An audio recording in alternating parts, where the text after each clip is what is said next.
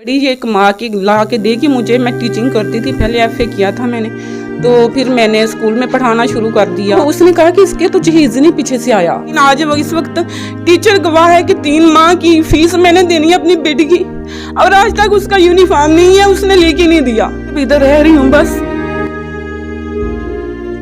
खुश रहती हूँ, लेकिन फिर भी दुनिया खुश नहीं रहनी। आपकी बेटी स्कूल जाती है? पास तो इतने वसाइल नहीं, आपका जज्बा है कि मैं उसको पढ़ाऊंगी, कैसे पढ़ाएंगे आप? जी मैं पढ़ाऊंगी, मेरी बोटियां भी हो जाएं तो मैं पढ़ाऊंगी जिस तरह। अस्सलाम वालेकुम जी, मैं हूं अब्दुल वहीद और आप देख रहे हैं पसरूर पूछता है। सबसे पहले मैं आप सबका बेहद मशकूर और ममनून हूं कि आप हमारी वीडियो को अपना कीमती टाइम निकाल कर देख रहे हैं। तो जैसा कि कुछ दिन पहले मैंने एक वीडियो अपलोड की थी कि इससे पहले आपसे ये कहना चाहता हूँ कि आप ड्रामे देखते हैं, हंसी मजाक वाले फनकार होते हैं, तो वो आप लोगों को तो बाहर हंसाते हैं, आप तो खुशी से नडहाल होते हैं, उनकी बातों से लुत्फ़ अंदोज़ होते हैं, लेकिन उनकी असल दिल की कहानी क्या होती है, उनके अंदर क्या छुपा होता है। इसी तरह आज उसको दूर करने के लिए टिकटॉक का इंतखाब किया या कैसे किया। लोगों को तो हंसाती हैं लेकिन खुद रो रो कर अपनी ज़िंदगी गुजारती हैं। आज हम उनके पास पहुँचे हैं उनकी दास्तान जानने के लिए, आप तक उनका पैगाम पहुँचाने के लिए। क्या कहती हैं, क्यों रोती हैं, क्यों आज शाइस्ता साहिबा से ही हम जानेंगे। अस्सलाम वालेकुम। वालेकुम। सबसे पहले हमें ये बताइए कि टिकटॉक का आगाज़ आपने कब किया?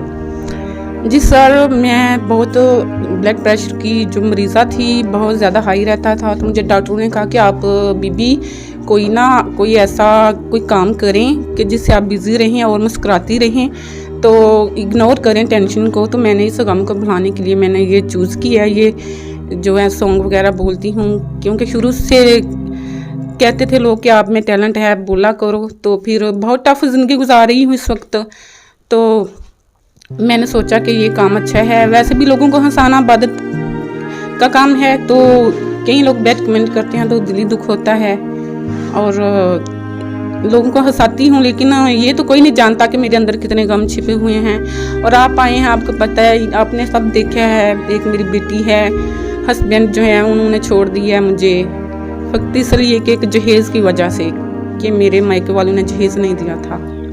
सिर्फ एक जहेज की वजह से आपके हस्बैंड ने आपको छोड़ दिया? जी छोड़ दिया। कब से? वो 10 साल हो चुके हैं, और उसके बाद दोबारा शादी की थी, लेकिन उस बंदा वो इधर ही गया इसी गांव का, उसी ने भी मेरे साथ धोखा किया। मतलब ज़मीन वगैरह सिवर वगैरह उन्होंने ऐसे क्या कि औरतों से, तो मेरे घर में औरतों को भिजवाया। मेरी बहन आई, उसने फिर भाइयों ने उसने सोचा कि इसकी शादी कर दें। मैं नहीं मानती थी, लेकिन सब कहते थे कि तुम क्या करोगी फिर। लेकिन उसने भी, उसके बच्चे भी थे, उसने मेरे साथ धोखा किया। तो वो भी उसने यहाँ तक किया कि उसने निकाहनामा जो है ना, वो यूनियन काउंसिल में रजिस्टर ही नहीं कराया। आप इस गांव से पूछ सकते हैं। तो ये दुख मुझे ब्लड प्रेशर की तरफ लेके गया है, और मैं बहुत दुखी हूँ, और यही सोचती रहती हूँ कि ये मेरे साथ 2 दफ़ा यही होना था कि मैं पहले गम को नहीं भूल पाई थी, तो मेरा तमाद जो है ख़त्म हो चुका था। और अब औरतें कहती हैं कि आप फिर भी सुलह करो। मैंने कहा नहीं, समाये हुए को ज़माना बेवकूफ़ी है। एक बंदे को मैं पहले समा चुकी हूँ, उसने मुझे छोड़ दिया, मेरी बेटी के साथ अच्छा सलूक नहीं किया, और इस वक्त मुझे पता है। आपके बच्चे कितने हैं? मेरी एक ही बेटी है, रिबा। आपको टिकटॉक का किसने मशवरा दिया इस्तेमाल करने का? जी मुझे डॉक्टर ने कहा था कि आपको जो अच्छी चीज़ लगती है वो करें। मैंने कहा ना तो मेरी कोई दोस्त है, ना कोई सहेली है, ना मेरे रिश्तेदार है, ना भाई बहन मुझसे मिलते हैं। तो उन्होंने कहा बहन भाई आपसे क्यों नहीं मिलते? वो इसी वजह से नहीं मिलते कि आपने वो बेटी अपने ससुराल वालों को क्यों नहीं दी, उसे साथ लेके क्यों तुम घर घर में हजल हो रही हो, तुम मैंने शादी करो। तो फिर मैंने उनके कहने पे शादी भी कर ली, लेकिन फिर भी शादी वो कामयाब नहीं रही, क्योंकि उसकी पहले भी 2-3 शादियां थी, लेकिन उसने रजिस्टर नहीं निकाहनामा कराया। आज मैं किराए पे रह रही हूँ, उस बंदे के 3 मकान हैं इस वक्त, तो मैं इस वक्त उसी के गांव में रह रही हूँ और किराया रेंट दे रही हूँ, लेकिन उसने मुझे तलाक का स्टाम्प भी दे दिया। तो इसको भी, इस बात को भी 3-4 साल हो चुके हैं, और उसके बाद मैं अपनी ज़िंदगी गुजार रही हूँ। मुझे हार्ट अटैक भी आया है, और लोगों के कमेंट पढ़ती हूँ और दिल नहीं चाहता कि मैं उनको रिप्लाई दूँ। फिर अभी मुझे बेटी कहती है कि मामा पढ़ना छोड़ दें, तो मैं छोड़ दिया। अच्छा, आपके जो दूसरे, आप कह रहे हैं मैंने सेकंड मैरिज किया, दोबारा शादी की है, तो वो हस्बैंड भी आपका छोड़ गया, वो किस वजह से छोड़ गया? जी सर, वो भी इसी वजह से छोड़ गया है। उसने कहा कि ये तो मैंने सोचा जाए पढ़ी ये कमा के ला के देगी मुझे। मैं टीचिंग करती थी पहले, एफए किया था मैंने, तो फिर मैंने स्कूल में पढ़ाना शुरू कर दिया। तो उसके बाद उसने पार्लर का कोर्स किया था। उसने कहा तुम मुझे कमा के खिलाओ। तो उसने कहा कि इसके तो जहेज नहीं पीछे से आया। उसने कहा मैं तुम्हारा खर्चा अफोर्ड नहीं कर सकता। सेकंड जो मैच किया इस बंदे ने भी जहेज की वजह से आपको? जी बिल्कुल, इसने कहा कि मैं तुम्हारी बच्ची का खर्चा उठाऊंगा, लेकिन आज वो इस वक्त टीचर गवाह है कि 3 माह की फीस मैंने देनी है अपनी बेटी की, और आज तक उसका यूनिफॉर्म नहीं है, उसने लेके नहीं दिया। और मजबूरी में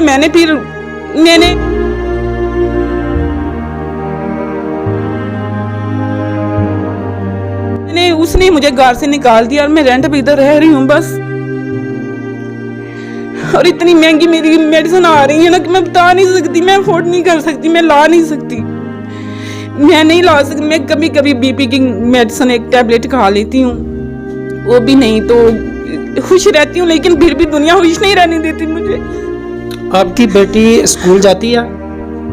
जी स्कूल जाती है, वो 6ठी क्लास में, लेकिन मैं उसे पढ़ाऊंगी इंशाल्लाह, बहुत ज़्यादा पढ़ाऊंगी, और उसको मैं टिकटॉक की तरफ नहीं लेके जाना चाहती। आपके पास तो इतने वसाइल नहीं, आपका जज्बा है कि मैं उसको पढ़ाऊंगी, कैसे पढ़ाएंगे आप? जी मैं पढ़ाऊंगी, मेरी बोटियां भी हो जाएं तो मैं पढ़ाऊंगी। जिस तरह से मैं पढ़ाना, मैंने लोगों के घरों में काम भी किया है, लेकिन मुझे डॉक्टर ने मना किया था कि आप ना करें बीबी, आप इतनी नाजुक हालात हैं, आपके दिल का मसला है जो, तो आप ना ये काम किया, वजन ना उठाएं। तो इसलिए मैंने टिकटॉक, उन्होंने कहा कि आप जो आप में टैलेंट है, जिससे आप खुश रहती हैं, आप वो काम करें। टिक को क्या मैसेज देना चाहते हैं पब्लिक से? क्या आप मदद की अपील करती हैं या क्या कहना चाहती हैं? जी सर, मैं तो अल्लाह से ही मांगती हूँ बस, और जो देने वाले होते हैं ना, वो हालात देख के खुद समझ जाते हैं, उनको कहने की ज़रूरत नहीं पड़ती। लेकिन जिनके दिल ज़मीर जिनका ज़िंदा हो वही ये काम कर सकता है। और मैंने तो आज तक अल्लाह से ही मांगा है, और अगर किसी को मेरी ज़िंदगी में मेरी स्टोरी देख के कोई रहमत आएगा तो मैं उसको दुआएं दूंगी ढेर सी, और अल्लाह उनको खुश रखे जो मेरे बारे में अच्छा सोचते हैं और सोचेंगे। तो गुर्बत बहुत बुरी बला है, ये बहुत दर्दनाक और अज़ियतनाक होती है, और अल्लाह किसी को गुर्बत ना दे बस, क्योंकि इसमें सब अपने जो है ना वो छोड़ जाते हैं, और इस वक्त मेरे सब अपने मुझे छोड़ा हुआ है, कोई भी साथ नहीं है, क्योंकि ये सिर्फ महज गुर्बत की वजह से है कि क्या मेरे घर में बिठाने को चारपाई नहीं थी, और ये खाने को कुछ मैं ला के नहीं दे सकती थी। उनको पता है एक टाइम की रोटी बस बड़ी मुश्किल से खाती है, तो इसके घर में क्या लेने जाना है, अपने सगे बहन भाइयों ने छोड़ दिया। जी नाजरीन, शाइस्ता बीबी की आपने कहानी सुनी, दर्दनाक कहानी है। यकीनन देखकर आपकी आंखें ज़रूर नम हुई होंगी, सुनकर आपका दिल भी शाइस्ता की तरह ज़रूर रोया होगा। मेरी आप सबसे अपील है कि शाइस्ता की मदद की जाए, इसकी मेडिसिन के लिए, इसकी बेटी की पढ़ाई के लिए। अगर आप कुछ कर सकते हैं तो ज़रूर कीजिएगा, यही मौका है अल्लाह ताला से तजारत करने का। अल्लाह ताला फरमाते हैं, जिसने मेरे रास्ते में 1 रुपया खर्च किया, मैं रब वादा करता हूँ कि दुनिया में 10 और आखिरत में 70 दूंगा। पसरूर पूछता है कि टीम का वादा झूठा हो सकता है, शाइस्ता बीबी का वादा झूठा हो सकता है, लेकिन मेरे और आपके रब करीम का वादा कभी झूठा नहीं हो सकता, नौज़ुबिल्लाह। मैं यही कहूँगा कि इसकी अगर आप मदद करना चाहें तो ज़रूर कीजिएगा। अल्लाह आपके रिज़्क़ में बरकत अता फरमाए। इजाज़त दें, अल्लाह निगहबान।